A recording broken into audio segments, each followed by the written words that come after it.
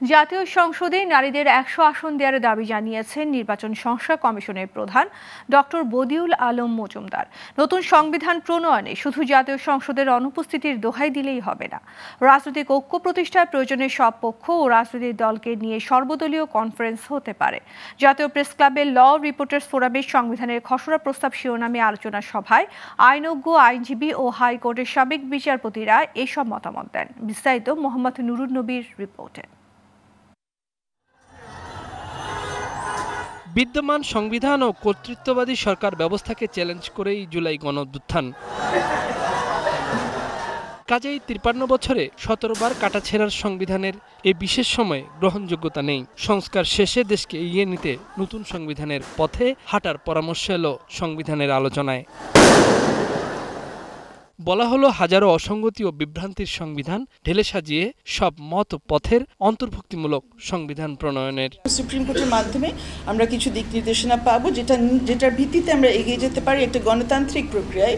সংবিধানের এই আলোচনায় নির্বাচন সংস্কার কমিশনের প্রধান বদিউল আলম মজুমদার প্রস্তাব করেন সংরক্ষিত নারী আসন বাদ দেবার, সংসদে আসন ৪০০-এ উন্নীত করে কমপক্ষে ১০০ আসনে নারীদের সরাসরি নির্বাচনের সুযোগ রাখার প্রস্তাব দেন তিনি।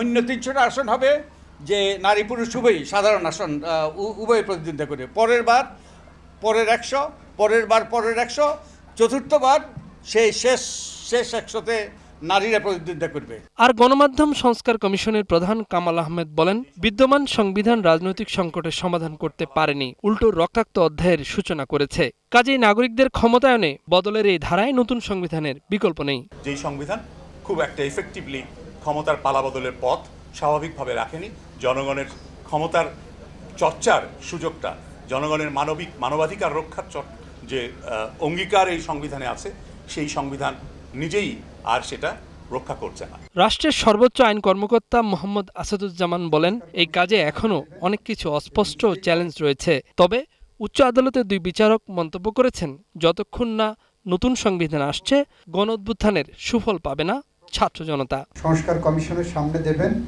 এবং সেই কমিশন কিভাবে কোন প্রক্রিয়া এটা আনতে পারে, কারণ আমার পার্লামেন্ট নাই এখন, আমার গণভোটের বিধান এখন নাই, গণভোট দিলে কিভাবে দেওয়া হবে, এই সব প্রশ্নগুলো এখানে যৌক্তিকভাবে আইনগতভাবে আসবে।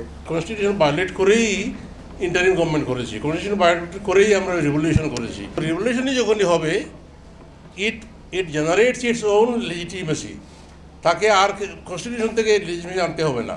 আমাদের উচিত হবে যে কনস্টিটিউশনটা আমাদের জন্য না কনস্টিটিউশনটা পাবলিকের জন্য। অতীতের মতো রাবার স্ট্যাম্প পার্লামেন্ট আর প্রধানমন্ত্রীর হাতে অসীম ক্ষমতা যেন ফিরে না আসে, সে নিয়ে আলাপ হলো এই আলোচনায়।